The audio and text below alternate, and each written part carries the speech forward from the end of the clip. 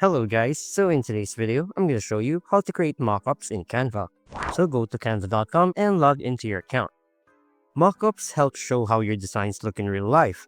They're perfect if you sell designs, run ads, or present works to clients.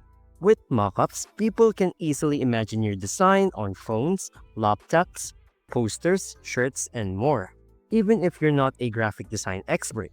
So, let's create a new design or open an existing one. Let's say I want to use this one. Make sure that your design is finalized before turning it into a mockup, so you don't need to redo anything later. Next, go to the app section, scroll down, and open mockups right here. This feature is built in directly into Canva, so you don't need Photoshop or any extra tools. Once mockups opens, choose the type of mockup you need. You'll see different categories like smartphones, print, apparel, computers, and etc. Pick a mockup that fits your design. For example, let's use a smartphone mockup. Let's add a blank page, put it in front, right? Then we would like to use this one or this one. There we go. Let's resize the mockup so it fits our entire slide, like this. So after selecting the mockup, let's go ahead and upload a file of our design. There we go. Then let's drag this teaser of our design inside our mockup.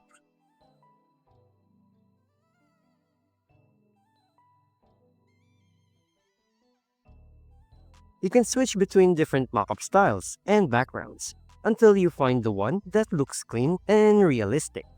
If you want more control, you can also create mockups manually. Just go to Elements, search for frames, and you can use one of the mockups in the mockup section.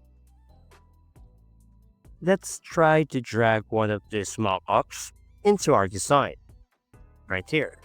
Then go back to the file that we uploaded, drag that inside the box as well. So always pay attention to lighting and background. Choose mockups with simple or neutral background so your design stands out.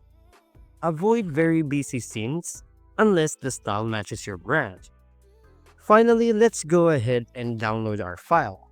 Once ready, click on Share, go to Download, and choose a high-quality PNG or a JPG.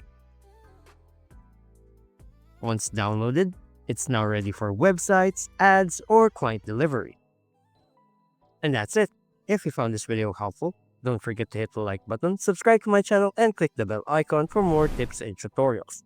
Thanks for watching, and I'll see you in the next one.